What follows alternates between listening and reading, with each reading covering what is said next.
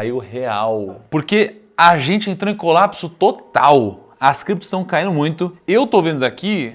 E o que você sente? Tá 120 mil reais o Bitcoin, Kaique. No último mês caiu 18%. Você fica bem com isso? Eu fico triste, né? Por quê? Porque eu tenho dinheiro pra comprar. Ah, você tá nesse esqueminha ainda, né? Ethers caíram 70% no year to date. Desde o começo do ano caiu 70% e Bitcoin caiu 54%. É que eu já li o roteiro antes, né? Eu já me preparei antes, então já veio o choque. Mas na hora que eu vi exatamente esse número, eu fiquei chocado. Tem uma galera no mercado que tá desesperada, né? Tem gente falando que é para comprar, tem gente falando que acabou, que é o fim do Bitcoin, é o fim das criptomoedas. Então hoje eu vou te explicar por que as criptos estão caindo tanto, especialmente hoje, se tá ou não num bom momento para você comprar, tá? Eu vou passar vários indicadores que vão te ajudar a tomar a decisão, né? Especialmente se você já tem criptomoedas, e depois o que você pode fazer com o resto do seu dinheirinho, o que sobrou dele depois de toda essa queda. Mas antes eu queria compartilhar alguns tweets, alguns memes que eu vi na internet. Aliás, eu quero muito fazer isso nos próximos vídeos também. Olha só o que estão dizendo. Fernando Upur, aqui ó, tenho pena de quem não investe em cripto. Ter que esperar até segunda para ver quanto dinheiro vai perder no mercado. Imagina a ansiedade. Doideira isso daqui.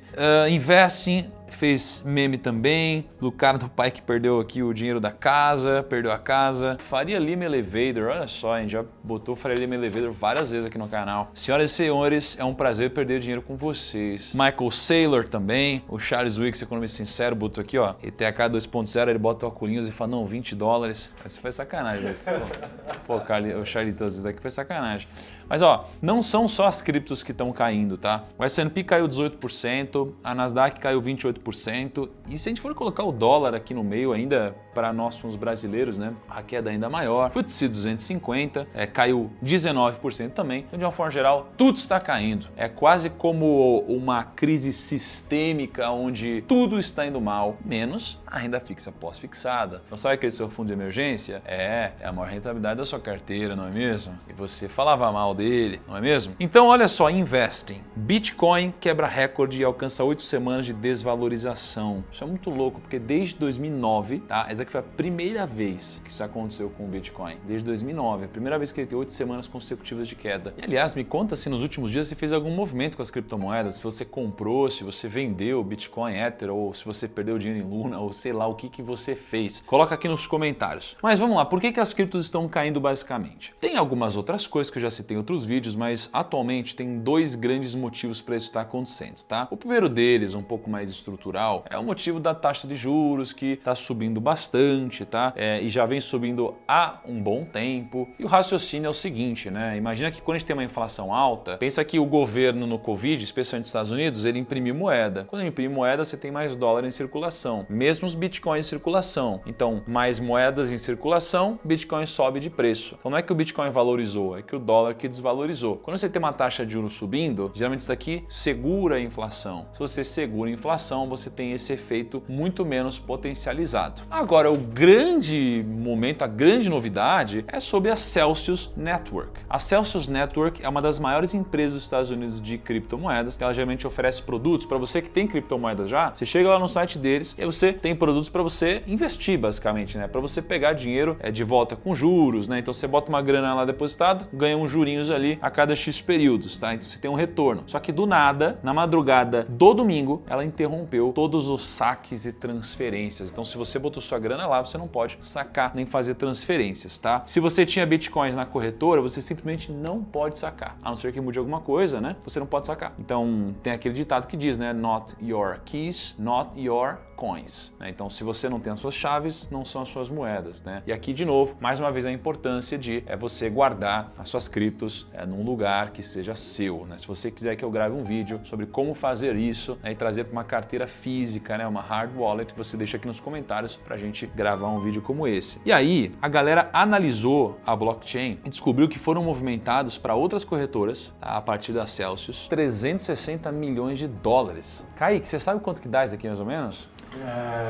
Muitos bi de reais. Deve dar 1,5 bi de reais mais ou menos, cara. É É muita grana. Imagina, de repente, some 1,5 bi assim. Da noite pro dia, você pega 1,5 bi. Aliás, não sei se foi isso que aconteceu, né? Mas, movimentos estranhos. E aí a própria moeda, né, da Celsius caiu nos últimos 7 dias 73%. Um tempo atrás, a Luna caiu 99%. E aí aconteceu mais uma novidade. A Binance, que é a maior exchange de criptos do planeta, ela suspendeu também para saques. Olha só se isso daqui não é assustador, né? E aí as pessoas ficam com medo. As pessoas ficam com medo, os preços caem. Se os preços caem, as pessoas ficam com mais medo de perder, começam a vender, os preços caem ainda mais e aí entra naquele ciclo desesperador. Mas aí você me pergunta, mas e aí, Thiago, está num bom momento para comprar? E eu vou te mostrar alguns indicadores. Mas antes, olha só, Bitcoin acabou de cair aí mais de 50%, tá? Geralmente você compra quando? Quando está caindo, quando está subindo. Então eu queria que você aproveitasse esse momento de reflexão, pegasse todos os indicadores que eu vou te passar daqui a pouco e antes de eu te passar isso, eu queria que você clicasse no botão de curtir aqui o mesmo número de vezes que Bitcoin caiu consecutivamente ao longo dessas semanas. Que foram quantas vezes, Kaique? 8 vezes. Então clique 8 vezes no botão de like aí ou deixe 8 comentários, fica a seu critério, tá? Primeiro indicador aqui. Existe uma coisa chamada Fear and Greed. Fear and Greed Index. É um indicador do medo e da ganância. Então é basicamente um indicador que mede o seguinte. O pessoal está muito otimista? Então a gente tem aqui nível 100. O pessoal está com muito medo? Nível mais próximo de 0. Quanto mais baixo, mais medo. Quanto mais medo, mais o medo já está refletido nos preços. Logo, se você pensa em comprar, mais oportunidades você tem de fazer bons negócios comprando quando as pessoas estão com medo. E o indicador estava em 11. E é para você ter uma noção, né, nos últimos dias, ontem estava em 14, semana passada estava em 13 e recentemente te bateu, né, no último mês 9. Então a gente está nas mínimas históricas. O pessoal está com muito medo. Se você olhar ao longo do tempo esse indicador, olha que interessante. Quando a gente estava aqui em 2021, novembro, a gente estava num nível recorde de ganância, né? A gente estava acima de 80. E adivinha só, Bitcoin estava em 60 mil dólares. E agora que ele está marcando 11, a gente está em 23 mil dólares. Então é bom a gente sempre ficar de olho nesse indicador, porque ele costuma nos ajudar muito. Uma das coisas que eu aprendi ao longo do tempo é que de todos os indicadores, o único que nunca me trai é o indicador de sentimento. Eu posso errar no timing, mas na direção é muito difícil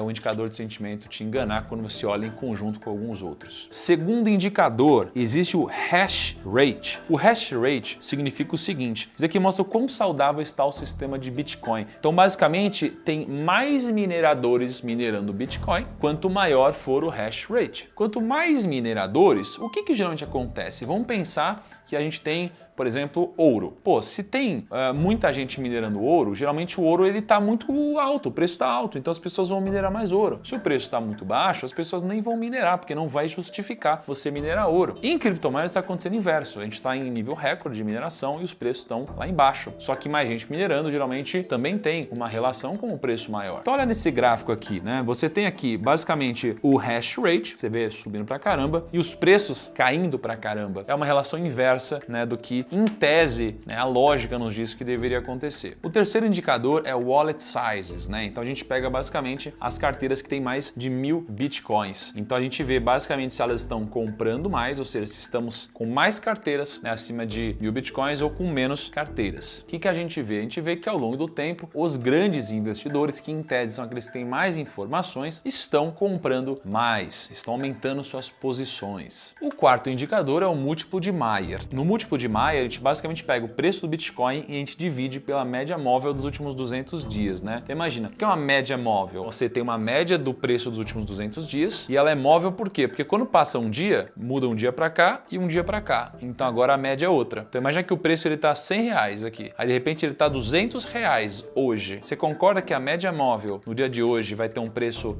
médio maior do que o dia anterior? Então a média móvel vai mostrando os movimentos e vai suavizando os movimentos. Quando o preço ele é mais de 2,4 vezes maior do que a média móvel, geralmente a gente subiu muito rápido, né? Então vai ter gente que deve realizar lucro, tem várias coisas que vão acontecer e aí os preços geralmente estão caros, né? Tem movimento de correção. Quando o múltiplo de Mayer está entre 1 e 2,4, ele está ali numa zona de preço justo. E abaixo de 1, provavelmente, geralmente o Bitcoin está abaixo do que deveria estar. E aí quando você olha para hoje, o múltiplo de Mayer está dando 0,65. Então ele tá, não é barato. Eu diria que, olhando para isso, para quem acredita no múltiplo de Maia, ele está muito abaixo do preço. Tá? Então seria um baita de um momento para você comprar. Enfim, o que você acha? Você acha que Bitcoin tá barato de fato? Você tá comprando? Bota nos comentários. Eu não quero saber, na verdade, se você tá comprando. Eu não quero mais saber. Eu quero saber se seus amigos estão comprando. É isso que eu quero saber. Seus amigos estão comprando, Kaique? Não. Porque não tem dinheiro ou porque não acha que tem... Ah, entendi. Fudido. E aí quando a gente olha para Ether, né, tudo que a gente acabou de falar de Bitcoin se aplica de certa forma a Ether porque eles são muito correlacionados, tá? A não ser que Ether vá sumir um dia, eles estão correlacionados. Então quase todos os indicadores que eu passei fazem sentido. Quando a gente olha para Fear and Greed, o indicador está em 18, que também é muito baixo, as pessoas estão com muito medo. Quando a gente olha para o hash rate, mesma coisa, hash rate subindo pra caramba, muita gente minerando. Eu sou um desses mineradores, olha só. E o outro indicador é a dominância do Bitcoin. A dominância do Bitcoin é basicamente quando a gente olha para a relação, né, quando a gente pega todas as criptomoedas e vê quanto que o Bitcoin representa em peso dentre elas. Quanto maior o Bitcoin, geralmente mais espaço para as outras subirem em relação ao Bitcoin. Quanto menor a relevância do Bitcoin, mais espaço para o Bitcoin aumentar a sua relevância. O Bitcoin agora está com 46%. Só que o Bitcoin já representou 72%, tá? Então já que mostra que existe, né, em tese, um espaço maior para você comprar criptomoedas.